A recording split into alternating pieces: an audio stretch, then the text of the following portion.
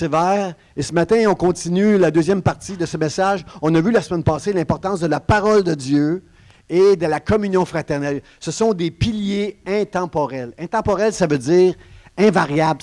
Ce n'est pas le temps qui va changer la force et la puissance de ces quatre piliers-là qu'on regarde au travers de ces deux messages-là. La parole de Dieu, c'est un pilier qui est super important. Tu ne peux pas connaître Dieu puis ne pas vouloir tomber en amour avec la parole de Dieu, parce que la parole de Dieu, c'est Jésus, frères et sœurs. Au commencement était la parole, et la parole était avec Dieu, et la parole était... Elle était Dieu, frères et sœurs. Jésus, c'est la parole de Dieu. Je suis le chemin, la vérité et la vie. Seigneur Jésus, Jésus, c'est la parole de Dieu. On a besoin de la parole de Dieu, d'être nourri de la parole de Dieu. Celui qui reçoit ma parole a la vie éternelle. Frères et sœurs, on a besoin de la parole et on a besoin aussi les uns des autres. On a besoin d'avoir une communion fraternelle dans notre génération, dans notre... Paul nous dit que dans la fin des temps, les hommes seront égoïstes. Ça veut dire quoi, ça, égoïste, frères et sœurs? Tu penses à toi. Tu ne penses pas aux autres. Toi d'abord, les autres après. Quand tu es marié... Les hommes qui sont mariés, premièrement, c'est ta femme avant toi. Que les hommes mariés disent Amen en ce moment-là. Je dis Amen. La Bible dit aime ta femme comme Christ a aimé l'Église. Mais Jésus est mort pour l'Église. Alors, tu dois mourir par amour pour ta femme. Ta femme, elle doit juste te suivre dans ton leadership, là, mais toi, tu dois mourir pour elle. C'est elle avant, toi après. Là, qu'est-ce que je dis là? C'est pas juste les paroles de Dieu. Ma femme va me le rappeler, ça, à un moment donné, que c'est la parole de Dieu que je prêche, mais elle va me le rappeler. Alors, elle a dit Amen.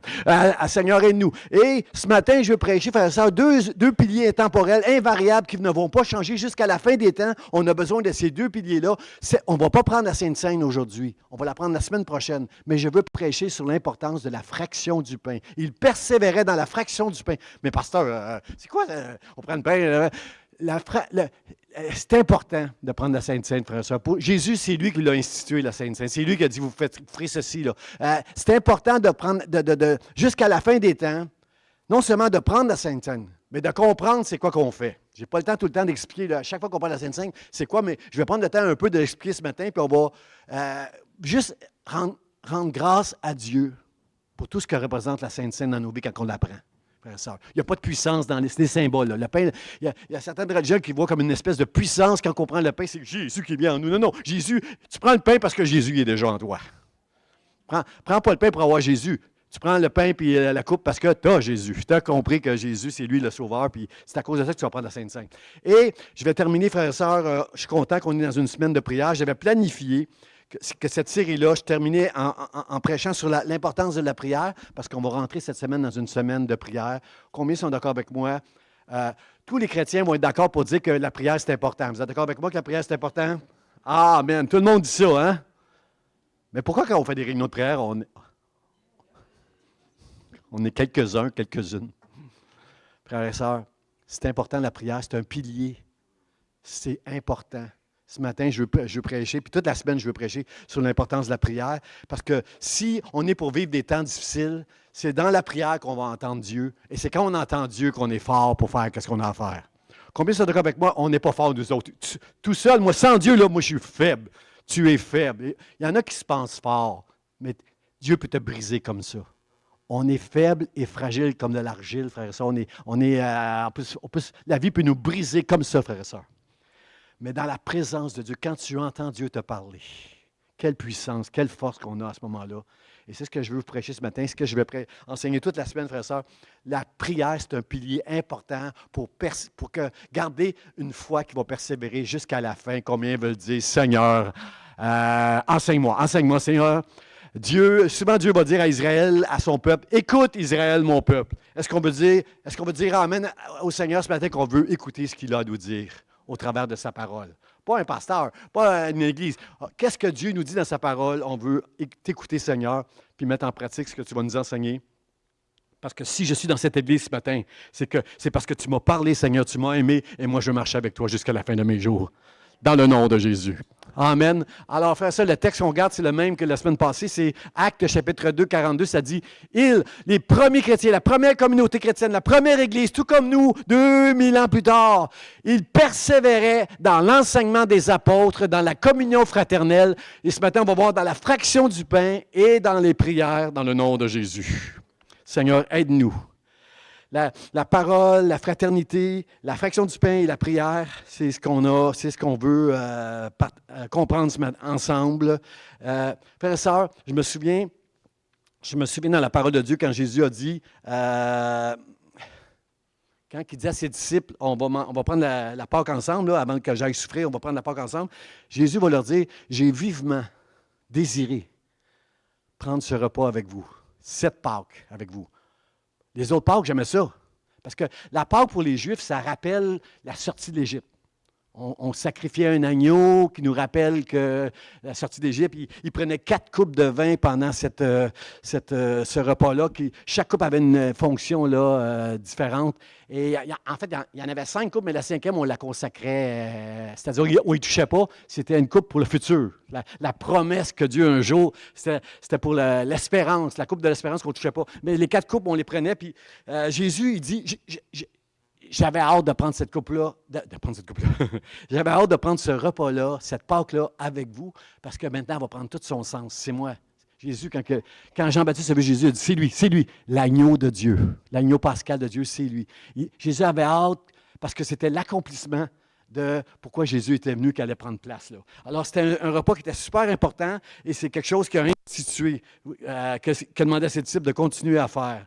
Cette Pâque-là, quand on prend la Sainte Seine, quand on prend le repas du Seigneur, frères et sœurs, ça a beaucoup de signification, puis je veux en parler un petit peu avec vous ce matin de toute la richesse qu'il y a dans la Sainte Seine. Premièrement, frères et sœurs, la Sainte Seine, on doit persévérer dans la fraction du pain, c'est mon premier point. Jésus va dire dans Luc 22, faites ceci. Ce qu'on est en train de faire, là, le pain que je brise, que je romps, que je dis c'est mon corps, puis Jésus va dire, faites ceci en mémoire de moi. Quand on prend la Sainte Seine, frères et sœurs, on va la prendre dimanche prochain, là, quand on prend la Sainte Seine, on appelle ça un mémorial. Un mémorial, c'est quelque chose qu'on fait, c'est soit un texte ou un objet qu'on met quelque part pour en souvenir d'eux, pour se souvenir. Avec tout ce que représente la Sainte Seine pour moi, frères et sœurs, je trouve ça spécial, qu'on est obligé de faire un mémorial. Pas qu'on est obligé, mais que Jésus nous ordonne de faire ceci en mémoire de lui, de prendre le repas du Seigneur dans l'Église, partout dans les églises qui se rassemblent, on prend la Sainte Seine. Pourquoi Dieu nous demande de faire ça? Quand la Sainte Seine, quand je sais qu'on prend le corps qui est brisé, on sait que c'est le corps de Jésus. Le jus de raisin qu'on prend, là, on sait que c'est le sang de Jésus qui a coulé. On sait que c'est... Pourquoi? Parce que le sacrifice de Jésus m'a sauvé de la condamnation éternelle, de la mort. Il m'a sauvé d'une vie misérable. Combien sont d'accord avec moi, frères et sœurs, que si on est sans Dieu, c'est une vie misérable? Hein? Moi, je me promène des fois dehors. Ce temps-ci, il n'y a pas grand monde dehors, il fait froid. Mais quand je me promène des fois dehors, juste dans le physique des gens, je vois des gens misérables. Ils marchent courbés. Leur visage est crispé. Ça se peut que des fois, c'est des chrétiens que je croise qui n'arrachent là. Mais souvent, je suis capable de voir la misère, juste en regardant les gens qui vivent autour de moi. Nous, on est des chrétiens et ce n'est pas toujours facile, la vie chrétienne. Alors, imagine les gens qui sont sans Dieu, comment ils peuvent vivre une vie misérable, frères et sœurs. Dieu m'a sauvé d'une vie misérable. Je n'ai plus une vie misérable. J'ai une vie extraordinaire. Je n'ai pas une vie sans défis. Je n'ai pas une vie sans difficulté. J'ai une vie extraordinaire à cause que j'ai une espérance et dans le présent et pour l'avenir avec la grâce de Dieu. Dieu, il m'aime. Dieu, il prend soin de moi. Je suis un élu, frère et sœurs. C'est pas moi qui ai choisi Dieu. Oh oui, j'ai fait une prière un jour dans une église, mais c'est pas moi qui ai choisi Dieu. C'est Dieu qui m'a choisi, frère et sœurs. C'est Dieu qui t'a choisi. Quand tu as reçu la foi, c'est Dieu qui t'a donné la foi parce qu'il sait que tu vas la garder cette fois-là, puis lui, il va t'aider à la garder. C'est une alliance nouvelle en son sens. C'est quelque chose d'extraordinaire, frère et sœurs, qu'on prend à chaque semaine. Est-ce que j'ai besoin d'un mémorial pour me rappeler toutes ces choses-là? Je ne devrais pas avoir besoin d'un mémorial. Mais si Dieu nous demande de faire ceci en mémoire de lui, frère et sœurs, c'est parce qu'on prend trop souvent les choses pour acquis. Êtes-vous d'accord avec ça? On prend les choses pour acquis. On oublie de dire merci. pour un tas de choses que Dieu va faire pour nous, on oublie. Moi, quand j'étais un jeune chrétien, j'avais un cahier, j'avais assisté à un enseignement à un moment donné, puis là, j'avais un cahier, puis j'écrivais toutes les bénédictions que Dieu faisait pour moi. Puis j'arrêtais pas d'écrire dans ce livre-là. Puis quand j'allais voir ce livre-là, quelques mois après, ou même des fois un an après, quand j'allais voir ce livre-là, toutes les bénédictions, j'étais tellement béni. Merci Seigneur pour ça. Merci d'avoir fait ceci. Merci pour ce miracle-là. Merci pour ce frère-là, cette sœur-là. Merci Seigneur pour tout ce que tu as fait pour moi. À un moment donné, j'ai arrêté d'écrire toutes les bénédictions que Dieu a faites pour moi. J'ai arrêté ça, cette habitude-là. Frère ça, est-ce que vous me croyez que j'ai dû oublier la moitié, les trois quarts de tout ce que Dieu peut? J'aurais de la misère. Si j'avais jamais arrêté d'écrire, frères et sœurs, vous seriez ici pendant 2 jours pour que je vous lise tout ce que Dieu a fait pour moi, puis en disant merci Seigneur. Peut-être plus que ça, hein? 2 jours, là, en parlant vite, peut-être, plus que ça, Francine. Si j'écrivais tout ce que Dieu a fait pour moi, frère et sœurs, on prend tellement de choses pour acquis avec Dieu. C'est important, ce mémorial-là.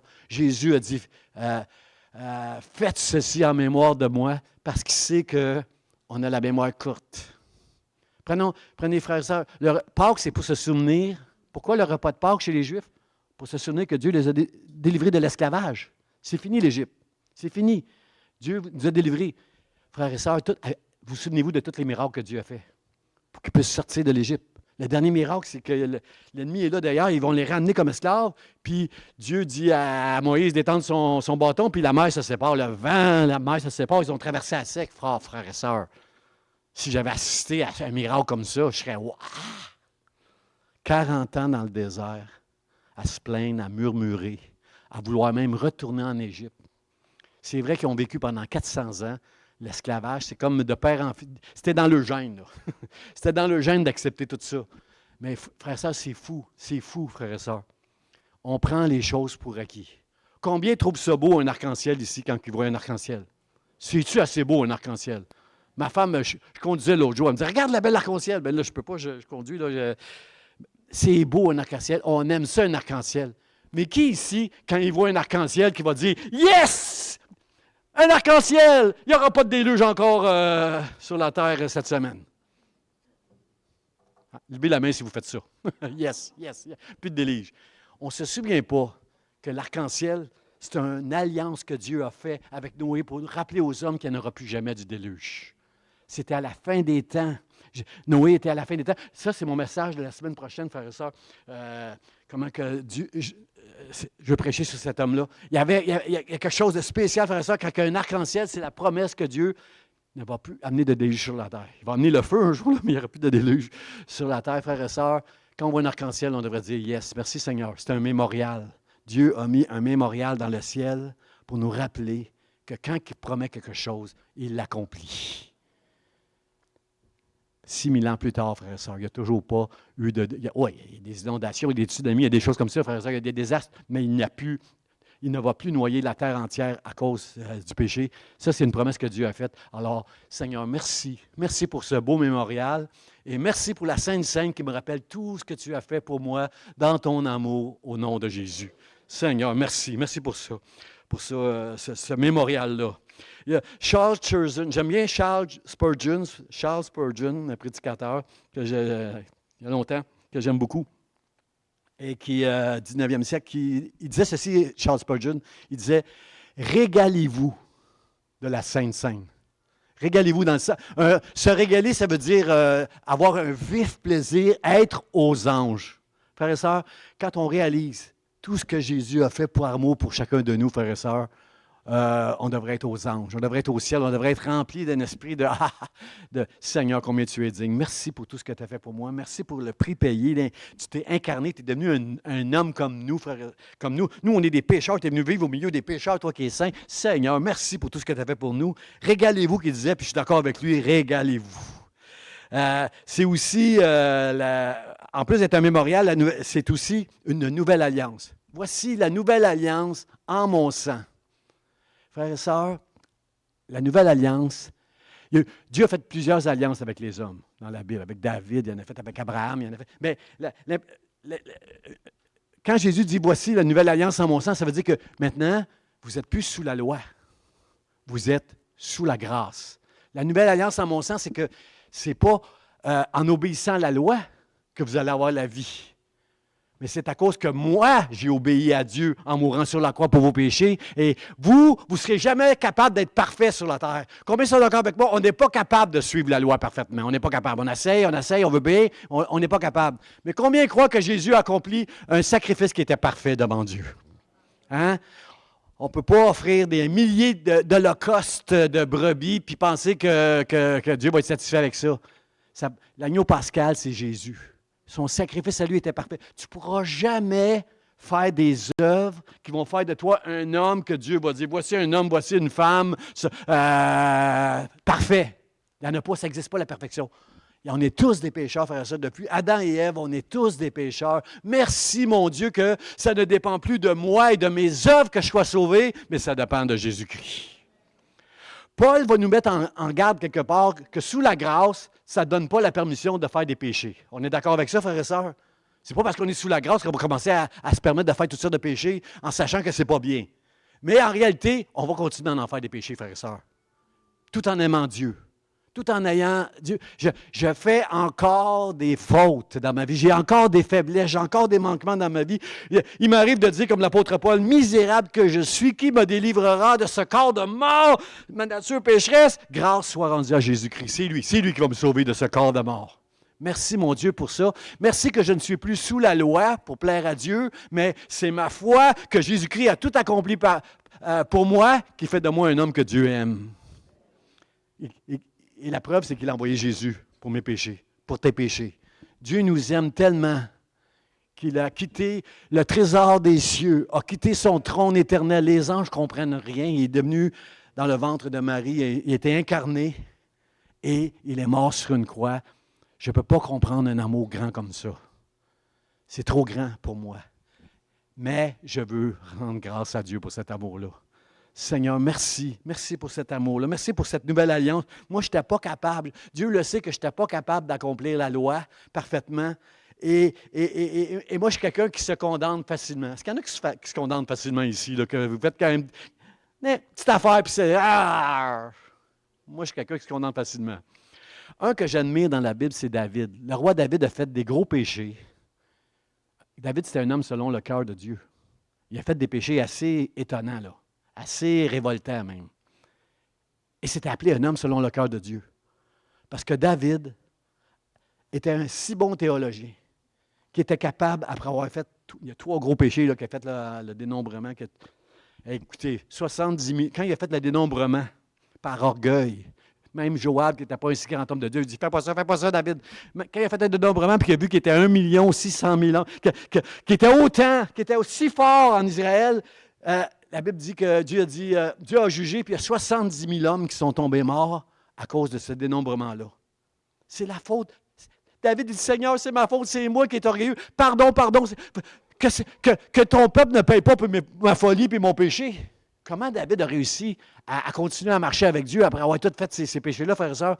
David est un si bon théologien qui était capable d'aller chercher la grâce de Dieu, le pardon de Dieu, en comprenant que Dieu, c'est un Dieu de grâce. Que tu peux pécher, mais que si tu te repens, que tu te confies dans la grâce et le pardon de Dieu, mon frère, ma soeur, si toi, tu ne te pardonnes rien, regarde comment la grâce de Dieu est bonne. Arrête de te condamner parce que tu enlèves à Jésus toute la puissance qu'il a fait dans la croix pour te pardonner. Beaucoup ici, vous vous flagellez facilement. Moi, je me flagelle souvent. Si vous vous flagellez souvent, parce que pour une petite chose que tu as faite qui n'est pas bien, souviens-toi que tu es en train d'enlever à Jésus tout ce qu'il a fait à la croix pour que tu arrêtes de te flageller. Lui était flagellé pour que tu arrêtes d'être flagellé. Toi, tu ne pourras jamais accomplir la loi parfaitement, mais lui a tout accompli parfaitement dans le nom de Jésus. Merci Seigneur. Merci Dieu de tout ce que tu as fait pour nous. Parce que frères et sœurs, souvent, il y a des gens qui refusent de prendre la Sainte Seine parce qu'ils ne se sentent pas dignes. Bien, c'est pour ça qu'on prend la Sainte Seine, frères et sœurs. On prend la Sainte Seine pour nous rappeler qu'on n'est pas digne, que Dieu seul est digne, mais qu'au travers du pain qui a été brisé et de son sang qui a été versé pour la nouvelle alliance, je prends la Sainte Seine, pas parce que je suis une bonne personne, je prends la Sainte Seine parce que le sacrifice de Jésus est parfait et que je suis quelqu'un qui l'a choisi. Je suis un élu, tu es un élu. Dieu t'a choisi pour l'éternité. Ça veut dire, arrête de pécher. Tu ne peux pas me dire que tu n'es pas capable d'arrêter de pécher si tu as compris tout ce que Dieu a fait pour toi. Il n'y a rien qui peut t'empêcher de marcher avec Dieu par la grâce de Dieu, par la puissance de son Saint-Esprit, si tu comprends tout ce que Dieu a fait pour toi dans son amour. Ça va t'aider à marcher avec Dieu. Mais arrête de penser que toi, tu dois être parfait. Tu ne peux pas être parfait. La conversion, c'est quand tu as compris que toi, tu n'y arriveras jamais, toi, par tes forces. C'est seulement avec Jésus-Christ que tu vas y arriver. C'est seulement avec Jésus-Christ que tu sais que tu es en route pour le ciel, pour l'éternité. C'est Jésus et Jésus seul. Merci Seigneur pour ça. Merci Seigneur pour la grâce que tu nous accordes dans cette nouvelle alliance-là. C'est aussi, frères et sœurs, la nouvelle alliance, c'est aussi, regardez, oui, c'est ça, j'ai gardé le passage, là, Pasteur Charlie l'a cité ce matin, là. Mon âme bénit l'Éternel et n'oublie aucun de ses bienfaits. C'est ça, frères et sœurs. Plus que tu comprends ce que Dieu a fait pour toi, plus que tu vas te les remémorer et plus que ça va t'aider à marcher avec lui et pour lui, à faire attention à ta vie par la grâce de Dieu. Ne pense jamais, frères et sœurs, que quand tu fais quelque chose de bien, si tu fais quelque chose de bien, tu vois quelqu'un il fait froid dehors, tu vois quelqu'un qui reste dans ton coin, tu dis, je peux te reconduire chez toi. Ça, c'est une bénédiction. Pense pas que ça vient de ton grand cœur, mais c'est l'amour de Dieu en toi qui fait de toi un canal pour bénir quelqu'un. C'est ça. Tu fais un repas à une famille que tu sais que surtout si c'est la madame qui est malade plutôt que le monsieur, si tu fais des repas, tu sais que le monsieur n'est pas capable de cuisiner, là, c'est une bénédiction. Tu es un canal qui bénit le corps, quelqu'un, un frère, une sœur, au travers de toi. Mais prends pas la gloire. Ne va pas dire hey, moi je fais ci, moi je fais ça. C'est quand tu fais quelque chose de mal, donne la gloire à ta nature pécheresse. Quand je fais quelque chose de mal, c'est moi qui fais mal. Mais si je fais quelque chose de bien, c'est Dieu. À lui seul toute la gloire. C'est Dieu au travers de moi. Dieu, c'est un Dieu qui est amour. Dieu, c'est un Dieu qui est parfait. Dieu, c'est un Dieu qui est saint. Tout ce que je fais qui ressemble un peu à quelque chose de bien et de juste, c'est par la grâce de Dieu que je peux l'accomplir. C'est par la grâce de Dieu que tu peux l'accomplir. Donne la gloire à Dieu. Ne te montre pas les bretelles en disant que tu penses que tu es une bonne personne. Tu ne seras jamais une bonne personne. Dis à quelqu'un, tu ne seras jamais une bonne personne. Tu ne seras jamais une bonne personne. Je te dis, non, je ne suis pas capable de dire ça, Marie. Je ne suis pas capable de dire ça à toi. Tu ne seras jamais une bonne personne. Il n'y a personne à qui je ne suis pas capable de dire ça. Mais la réalité, frère et sœur, c'est qu'on ne sera jamais une bonne personne sur cette terre. Tant qu'on ne sera pas au ciel avec Dieu pour l'éternité dans un nouveau corps glorifié. Ça, c'est l'espérance que j'ai. Un jour, on va être au ciel où il n'y aura plus de mort, plus de bagarre, ça va être la joie parfaite, la joie totale dans le ciel pour l'éternité. Seigneur, merci. Merci, Seigneur, pour tout ça. Merci pour ce salut éternel. Frères et sœurs, on n'est pas bon, puis il faut que tu saches que tu n'es pas bon pour donner toute la gloire à Dieu quand tu n'es pas pire. Hein? Je la cite souvent, cette prière-là, parce que c'est la prière que je trouve la plus merveilleuse et théologique de la Bible concernant les sacrifices qu'on peut faire, les bonnes œuvres qu'on peut faire, puis la personne qu'on est. C'est le pharisien qui prie d'un côté dans la maison de Dieu, dans le temple. « Seigneur, je te rends grâce que je ne suis pas comme les autres. Moi, je prie, moi, je jeûne, moi, je vais être là à la semaine de jeûne et de prière toute la semaine. Moi, je donne, moi, je jeûne, moi, je fais ci, moi, je fais ça. Je te rends grâce que je ne suis pas comme tous ces autres pécheurs-là. » Puis à côté, il y a le publicain qui, lui, il travaille pour les Romains. Lui, c'est un Juif, puis il travaille pour les Romains. Il sait que tout le monde l'haït. Il sait qu'il ne peut même pas aller au temple. Il sait qu'il n'est pas fin, Même s'il ne se met pas des enveloppes brunes dans ses poches, peut-être, même s'il n'en fait pas de ça, il sait qu'il n'est pas fin. Puis lui, il dit, « Seigneur, je suis un pécheur, aie pitié de moi. » Qu'est-ce que Jésus dit à la fin de ces deux prières-là? C'est lui, le publicain, qui a été justifié, élevé. Parce que tu ne peux pas te convertir tant que tu ne réaliseras pas que tu es un pécheur, tu es fini sans l'œuvre de Dieu dans ta vie. Tu n'y arriveras jamais en faisant des bonnes œuvres. Tu n'y arriveras jamais en venant à l'Église. Tu n'y arriveras jamais en essayant de faire des sacrifices.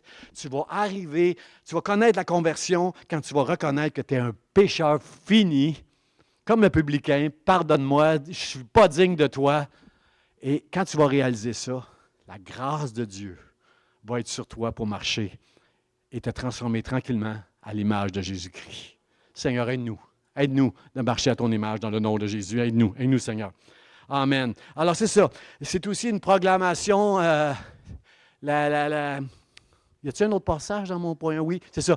Toutes les fois que vous mangez ce pain, que vous buvez cette coupe, vous annoncez la mort du Seigneur jusqu'à ce qu'il vienne.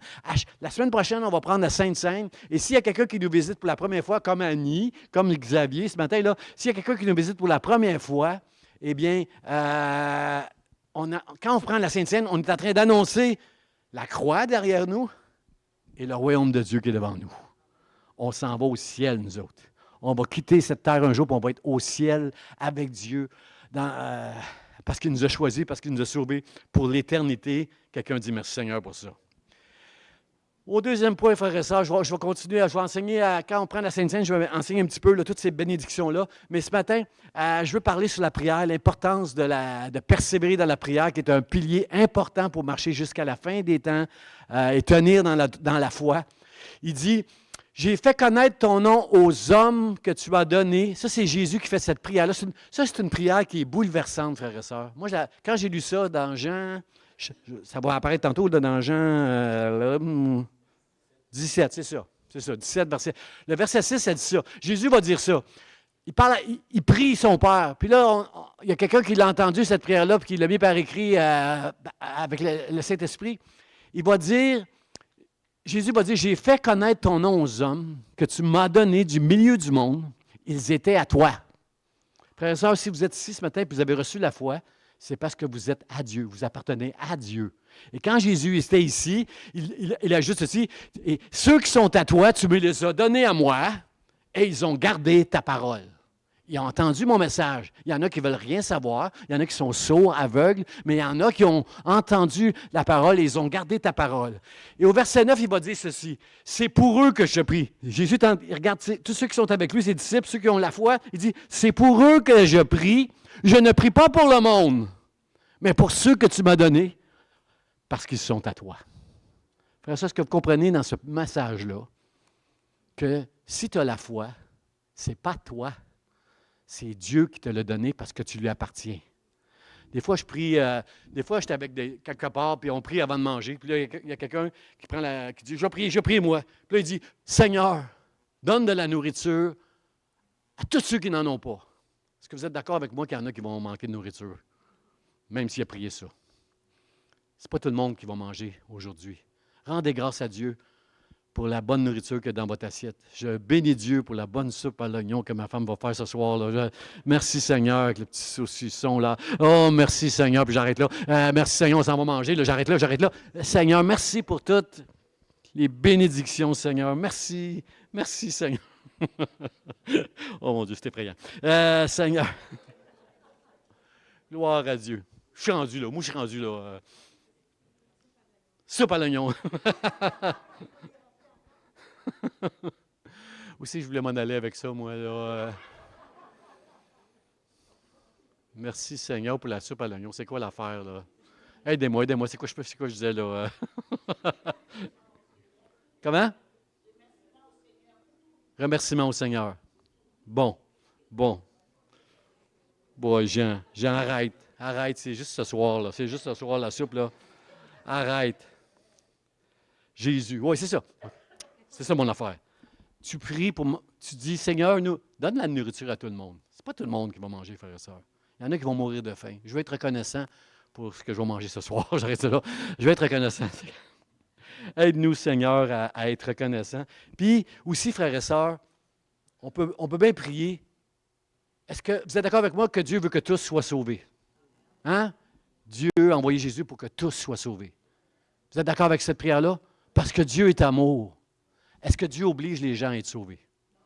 Est-ce que tout le monde va être sauvé? C'est pour ça que Jésus, il ne prie pas, donne à manger à tout le monde. Je prie pour que tout le monde soit sauvé. Il ne prie pas ça, Jésus. Regardez ce que Jésus prie. Je ne prie pas pour le monde. Je prie pour ceux que tu m'as donnés, qui sont à toi. Comprenez-vous, frères et sœurs, que cette prière-là, pas facile à entendre pour quelqu'un qui ne connaît pas Dieu. Parce que celui qui ne veut pas de Dieu, c'est parce qu'il ne veut pas de Dieu qu'il ne sera pas sauvé. Dieu veut que tout le monde soit sauvé. On est d'accord avec ça? Il a plus de compassion et d'amour que nous. Mais si tu pries pour que tout le monde soit sauvé, ce n'est pas une prière selon la volonté de Dieu que tu es en train de faire. Prie pour ceux qui appartiennent à Dieu. que tu ne connais pas encore. Moi, des fois, je m'installe sur ma rue et la rue Marien ici, là, et la rue où j'habite, là, puis j'essaie de compter ceux qui sont à Dieu. J'en compte pas beaucoup, frères et sœurs. Je n'arrive pas à en compter beaucoup. À part ceux qui sont dans l'Église, là, j'en trouve pas beaucoup sur la rue qui connaissent Dieu. Alors, frères et sœurs, c'est pas tout le monde qui va être sauvé. C'est ceux qui appartiennent à Dieu. Et la bonne nouvelle, c'est que ceux qui appartiennent à Dieu, Jésus est en train de prier pour eux. La bonne nouvelle, Francine, c'est que Jésus est en train de prier pour toi et pour moi. Ça, c'est la bonne nouvelle. Combien sont contents que Jésus prie pour toi? Hein? Quand tu sais qu'au travers des temps difficiles que nous traversons, le diable veut te cribler comme le froment, comment tu es content que Jésus prie pour toi ce matin? Seigneur, merci de prier pour nous. La prière, frères et sœurs, c'est quelque chose de super important. C'est super important. Qui connaît E.M. Bounds ici? E.M. Bounds, c'est un prédicateur fin des années 1800, début 1900. C'est un prédicateur, un pasteur qui n'a pas eu beaucoup de succès, pas un gros ministère, mais c'est quelqu'un qui a écrit une douzaine de livres dans sa vie. Et sur ces 12 livres-là, il en a écrit 8 sur la prière. Moi, quand je lis E.M. Bounds, chaque mot qu'il dit, ça vient me chercher. C'est un homme de prière. C'est un homme qui s'est consacré à la prière toute sa vie, qui n'a pas eu un grand ministère où est-ce que des foules venaient, mais c'est un homme profond, touchant. Quand tu lis, je vais le citer quelques fois cette semaine, c'est vraiment un homme spécial, E.M. Bounds. E.M. Bounds va dire ceci concernant la prière. C'est un devoir. Dieu veut qu'on prie. Dans ce sens-là. Pas un devoir... j'ai prié aujourd'hui sur ma liste, check. Oh, j'ai lu ma Bible aujourd'hui, check. Oh, dimanche, je suis allé à l'église, check. Pas un devoir légaliste. Un devoir. Tu es un enfant de Dieu, tu dois prier pour ton conjoint s'il ne connaît pas le Seigneur, pour tes enfants s'ils ne connaissent pas le Seigneur, pour tes voisins s'ils ne connaissent pas le Seigneur. Tu dois prier. C'est un devoir de prier. Mais combien comprennent que c'est aussi un privilège de venir dans la présence de Dieu 3 fois saint? J'arrête pas de dire qu'on est des pécheurs et on rentre dans la présence 3 fois saint. Pourquoi je peux entrer J'ai ce privilège d'entrer dans la présence de Dieu? Parce que Jésus m'a rendu saint aux yeux de Dieu. Quand je me regarde aujourd'hui, je ne vois pas un homme saint, mais quand je regarde l'homme que je vais être au ciel, quand je vais être changé et transformé, je vois un homme qui va plaire à Dieu, qui va être parfait dans sa sainteté à cause de Jésus-Christ dans le nom de Dieu. Pour Dieu, merci Seigneur pour tout ça. Et c'est aussi, c'est pas seulement un devoir, c'est pas seulement un privilège, c'est aussi nécessaire de prier.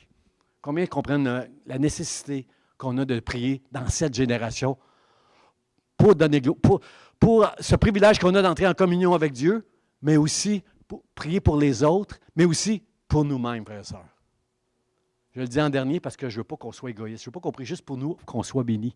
Je veux qu'on comprenne la nécessité de prier afin d'avoir cette foi qui va persévérer au travers des difficultés pour la gloire de Dieu, dans le nom de Jésus. Seigneur, aide-nous. Aide-nous à comprendre le pilier, que la prière, c'est un pilier. J'aime Jésus quand il se rend au temple une journée. Il s'en va au temple à Jérusalem. Jésus c'était un homme de prière. J'aime dire que Jésus, c'était un homme de prière.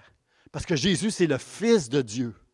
Mais quand il s'est incarné en tant qu'homme, il s'est dépouillé de ses attributs divins. Il n'avait plus l'omniscience, il n'avait plus l'omnipotence. Tout ce qu'il faisait, c'était par la puissance du Saint-Esprit au travers de lui. Il était totalement un homme qui s'est dépouillé de tous ses attributs divins, la Bible nous enseigne, et c'était un homme de prière.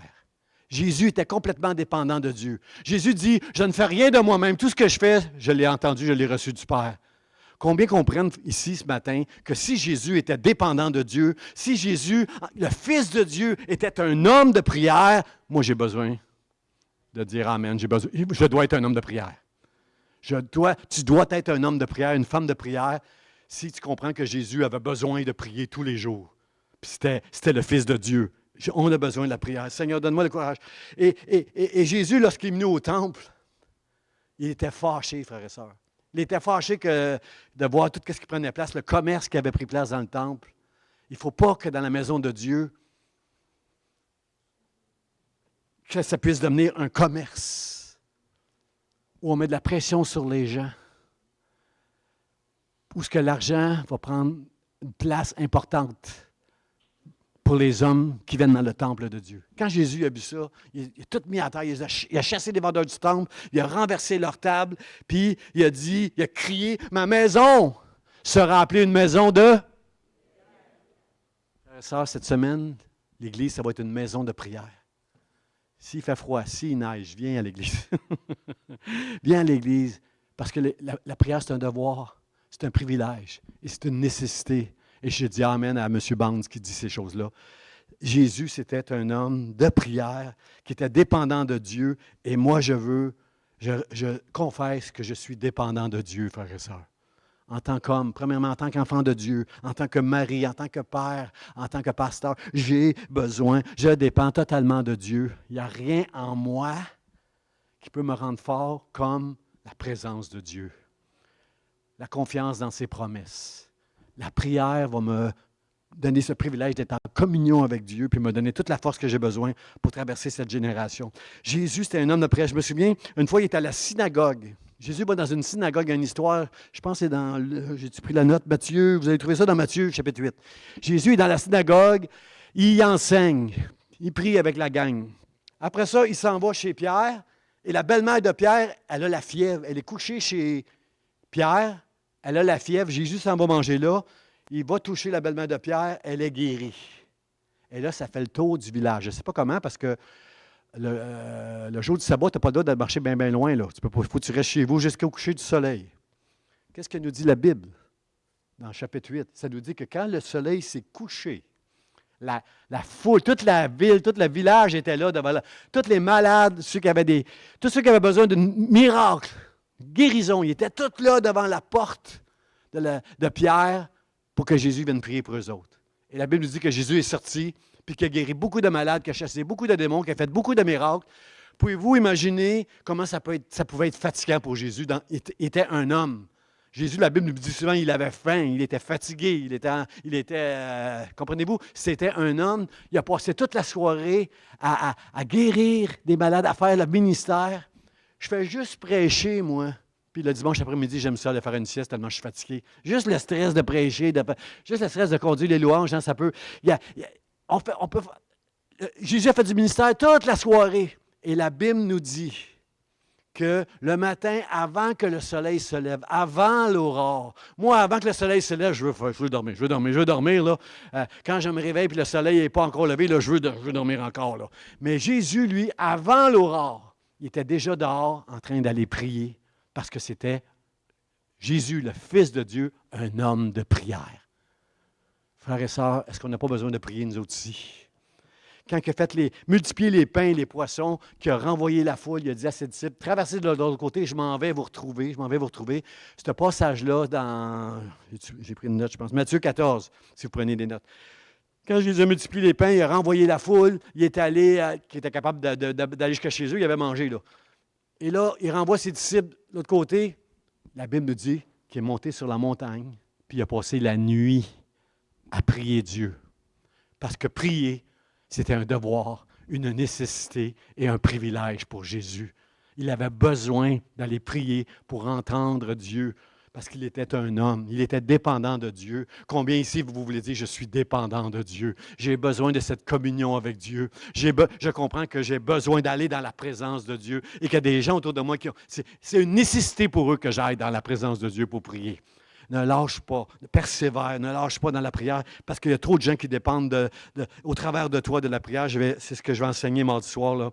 Comment on a besoin de prendre soin les uns des autres dans la prière pour ne pas lâcher, frères et sœurs. Je pense à Gethsémani, frères et sœurs. À Gethsémani, si vous êtes mal à l'aise des fois d'être angoissé,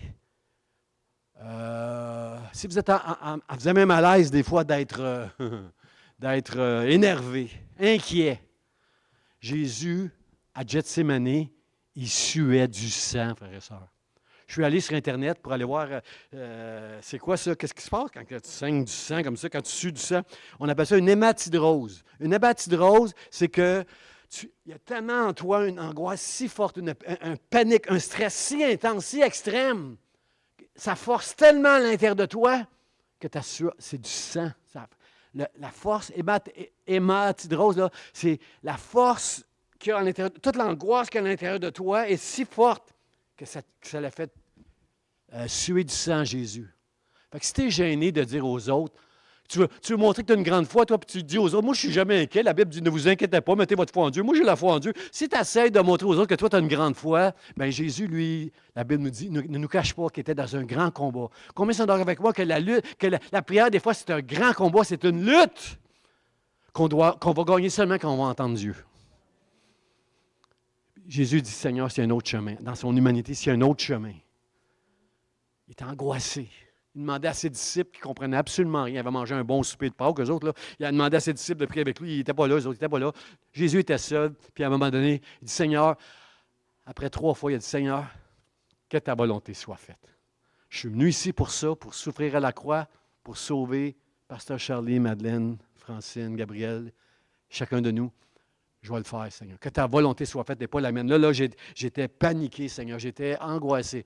Je ne crois pas que nos difficultés sont égales à celles de Jésus. Je veux juste vous rassurer que c'est normal si tu capotes, comme on dit au Québec. C'est normal qu'à un moment donné, tu t'inquiètes et que tu fasses de l'angoisse. Ce n'est pas manquer de foi.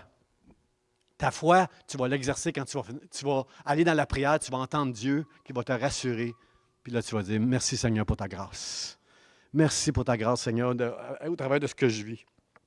Merci, mon Dieu. Seigneur, je te rends grâce. Paul, il a compris tout ça. Quand il s'est converti, première chose que dit l'apôtre Paul, quand il s'est converti, il a dit, Seigneur, que veux-tu que je fasse? C'est quoi tu veux que je fasse? Moi, je veux faire ta volonté maintenant. Je ne veux plus être dans la légalisme. Je veux faire ta volonté. Seigneur, aide-nous. Aide-nous, Seigneur, à marcher avec toi. Le diable, la Bible nous dit que Jésus a dit à Pierre, puis il y avait ses disciples qui étaient là, Pierre, le diable veut vous cribler comme le froment. Est-ce que je peux vous dire ça, Église Vie d'Espoir, ce matin? Et ceux qui m'écoutent sur Facebook, là, est-ce que je peux vous dire ça ce matin? Dieu veut te cribler comme le froment. Toi qui m'écoutes à Facebook, et vous qui êtes ici, qui avez la foi, Dieu veut te cribler comme le froment. J'aime le mais de Jésus. Jésus va dire, mais, Pierre, j'ai prié pour toi, afin que ta foi ne déraille pas. Est-ce que vous comprenez, ça veut dire quoi, cribler comme le froment, frères et sœurs? Secouer. Le diable veut te secouer. Le froment, c'est que, quand on criblait le froment, c'est que c'est une espèce de grosse assiette, là, où il y avait du blé puis de la paille qu'on avait engrangée, là. Et là, on s'en allait dans un endroit où il y avait beaucoup de vent, et on faisait sauter le blé et la paille, et là, le vent emportait la paille, et le blé lui retombait. Être criblé, ça veut dire être secoué violemment, être remué, être éprouvé. Le diable, avec tout ce qui s'en vient, frère et sœur, il veut te secouer, il veut t'éprouver fortement. Mais la bonne nouvelle, c'est que Jésus dit, écoute la prière de Jésus, Mireille, j'ai prié pour toi. J'ai prié pour toi pour que la paille dans ta vie peut s'en aller. Mais la parole de Dieu, le grain de sénévé qui va donner un grand arbre un jour, demeure en toi, dans ton cœur. Dieu a prié pour... Jésus prie pour chacun de nous, frères et sœurs. Et c'est ça qui m'encourage ce matin. C'est ça qui m'encourage. Frères et sœurs, avoir la foi, c'est un cadeau précieux de Dieu. C'est la chose la plus précieuse que tu peux pas avoir. Il n'y a rien, moins dans ce monde, de plus précieux que la foi, frères et sœurs. Il y a toutes sortes de choses dans ce monde qui peuvent nous attirer, frères et sœurs. La foi, c'est ce que de plus précieuse. Et c'est ta foi, si tu persévères, qui va t'amener au ciel pour l'éternité, dans tout ce que la Sainte Seine, la repas du Seigneur peut nous rappeler, là, frères et sœurs. L'espérance qu'on a dans le ciel, là, c'est ta foi qui va t'amener jusque-là. Ta foi, elle est très précieuse, frères et sœurs. Je vais comparer. Ici, il y a des gens qui aiment le foot. Est-ce qu'il y a des gens qui aiment le foot ici? Le football au Québec, c'est pas comme le foot en Afrique. Hein? Les Camerounais, c'est avec comme ça, là. Puis nous, c'est avec un ballon là, qu'on fait la passe puis on court jusqu'au bout. Là. Mais on a déjà été, Pasteur Charlie, assister à un match de football au Québec. Quelle ambiance, frères et sœurs, qu'il y a dans un stade de foot, que ce soit football ou soccer. Il y a toute une ambiance, frères et sœurs. Surtout quand ton équipe va marquer un but, là, c'est quelle ambiance, ça crie, ça fait du bruit, bang, bang, bang, les haut-parleurs, il y a toute une atmosphère, tu ne peux pas être assis, juste tranquille, tout bouge en dedans de toi, puis tu vas te lever, tu vas acclamer là, ton équipe, là, on nous demande d'ailleurs de faire ça, d'acclamer quand on fait on n'a même pas besoin de demander ça, quand quelqu'un se rend jusqu'au bout, là, jusqu'au filet, là, on est tous en train de, hey, yes, yes. Frère, sœur, est-ce que je peux vous dire que Dieu, une image, juste une image, une illustration que je vais vous donner. Dieu, là, il est comme, je dis bien comme, il n'est pas ça. Je ne veux pas mélanger le sport et Dieu, mais Dieu, regardez bien l'image, là. Dieu, c'est comme un corps arrière. Lui, il a le ballon. Ça, le ballon, c'est notre foi. Pour l'éternité. Le ballon, ça représente notre éternité. Puis lui, Dieu, c'est un corps arrière. Puis si j'avais un vrai ballon, là, Gilles, attrape le ballon! Dieu choisit à qui va passer le ballon. Vous êtes d'accord avec ça? Puis nous, quand on reçoit le ballon, tout ce qu'on a à faire, c'est de courir vers le but. Hein? On court vers le but, puis peut-être qu'il y a des gens qui vont essayer de nous faire trébucher, nous faire tomber parce qu'ils ne veulent pas qu'on aille marquer. Le diable ne veut pas qu'on se rende jusqu'au bout avec la foi. C'est pourquoi l'apôtre Paul dit « Je cours vers le but ». Oubliant ce qui est en arrière, me portant vers ce qu'il y a en avant, tout ce que ça représente le ciel, moi je cours, puis je veux me rendre jusqu'au bout. Frères et sœurs, si dans un stade, comme le stade, je vois le nom, là, Saputo, c'est Saputo le nom où est-ce qu'on a le football? Hein? C'est Molson? Saputo, c'est l'autre, hein? Ça c'est le soccer. Mais le football, c'est Molson, hein? Alors, cette publicité sera retenue par Saputo et Molson. L'ambiance, quand quelqu'un arrive à ne pas se faire plaquer, à ne pas se faire arrêter, à ne pas se faire secouer. Quand quelqu'un arrive à marquer un but, l'ambiance qu'il y a dans un stade, frère et sœur, pouvez-vous imaginer, quand tu vas, avec la foi que tu as reçue, quand tu vas arriver, quand tu vas fermer, quand tu vas avoir persévéré au travail de tout ce qui s'en vient, frères et sœurs. Que ici sur la terre, un jour, si Jésus ne revient pas avant, tu fermes les yeux sur la terre puis tu les rouvres dans le ciel avec tous ceux que Dieu a choisis et a gardés pour persévérer jusqu'à la fin. Peux-tu t'imaginer l'ambiance qu'il va y avoir dans le ciel, frères et sœurs? Ça va être la joie, ça va être les cris, ça va être... Là, c'est vrai qu'on va être aux anges. Quand on va être dans le ciel, frères et sœurs, on va être avec les anges. Peux-tu imaginer, frères et sœurs, l'ambiance qu'il va y avoir dans le ciel? Ce jour-là où on aura gardé la foi jusqu'à la fin. On aura pleuré, on aura reconnu l'angoisse, on aura reconnu le découragement, on aura reconnu des larmes et toutes ces choses-là, frères et sœurs. Mais avec notre ballon, quand Dieu va nous donner la foi et qu'on va rentrer au ciel, il va mettre une couronne sur notre terre, une couronne de grâce, une couronne de victoire. Et la Bible nous dit qu'on va tout prendre notre couronne pour on va la lancer au pied du Seigneur en disant « Toi seul es juste, ô mon Dieu, de recevoir la louange, l'honneur, la gloire. C'est parce que tu es mort sur la croix, tu m'as donné la foi. Et quand j'étais secoué, tu as prié pour moi et j'ai réussi à traverser au travers. Seigneur, merci. Seigneur, merci. Merci de me garder ma foi jusqu'à la fin. Est-ce que je peux vous dire, frères et sœurs, ce matin, persévère dans la prière. Persévère dans la fraction du pain, dans les réunions qu'on a ici à l'Église. Persévère dans le nom de Jésus. J'invite les musiciens. La séance, on va refaire le fameux chant, là, couronné de 1000 couronnes. Frères et sœurs, le découragement, c'est humain. Regardez mon mot de la fin. C'est Jacob qui... Il y a un passage dans la Bible où Jacob lutte avec l'Éternel. Ça dit... Il dit, l'homme avec qui il se bat, il lui dit, « Laisse-moi aller, car l'aurore se lève. » Et Jacob répondit, « Je ne te laisserai point aller, que tu ne m'aies béni. Tant que tu ne m'auras pas béni, je ne te laisse pas aller. » Et un peu plus tard, on comprend que cet homme-là, c'était Dieu. Parce que Jacob va dire un peu plus tard, il va dire, « J'ai vu Dieu face à face, et je suis sauvé. » Wow! Parce que dans l'Ancien Testament, tu ne pouvais pas voir Dieu puis vivre. C'était trop puissant, la sainteté de Dieu puis ton état de pécheur, tu ne pouvais pas. Alors, ce passage-là, c'est Jacob qui quitte son oncle Laban. Encore une fois, le Jacob trompeur, le Jacob qui a utilisé la ruse pour tromper son oncle, pour partir avec une grande quantité d'animaux, ses femmes, ses enfants. Il s'en va, il retourne chez lui, puis il se souvient qu'il avait trompé Ésaü, puis il a peur d'Ésaü. Il a peur non seulement pour lui, mais il a peur aussi pour ses bien-aimés, pour toute sa famille, sa postérité, ses serviteurs. Il a peur pour eux autres qu'Ésaü se venge puis lui fasse du mal. Alors, la Bible nous dit qu'il est là, il a peur. Puis qu'est-ce qu'il fait dans sa peur? C'est normal d'avoir peur. C'est normal d'être inquiet. C'est normal d'être angoissé des fois. C'est normal d'être découragé des fois. Mais tu dois avoir l'esprit de Jacob et ne jamais arrêter de te battre et de lutter avec Dieu. Arrête jamais de lutter avec Dieu. Et à un moment donné, cet homme qui était, moi je pense que, je suis d'accord avec les théologiens qui disent que c'était pas un ange, mais l'image de Jésus. C'était Jésus homme là, qui est venu là. Il luttait avec un homme, puis plus tard il va dire, j'ai vu Dieu face à face. il se lutte avec l'homme, puis il dit, à un moment donné, il dit à l'homme, laisse-moi aller car l'aurore se lève. Ça fait longtemps ça nous dit que Jacob se battait quand il était dans les ténèbres. Êtes-vous d'accord avec moi que quand les choses vont mal, qu'on est dans les ténèbres, c'est un bon moment pour se battre dans la prière? Hein? C'est souvent dans les ténèbres qu'on arrête de se battre. C'est souvent quand ça ne marche pas qu'on se décourage. C'est souvent quand, au milieu des difficultés, c'est là qu'on commence à se décourager. Vous êtes d'accord avec ça? Mais Jacob, il dit, non, m'en fiche. Je ne te laisserai point aller tant que tu ne m'auras pas béni.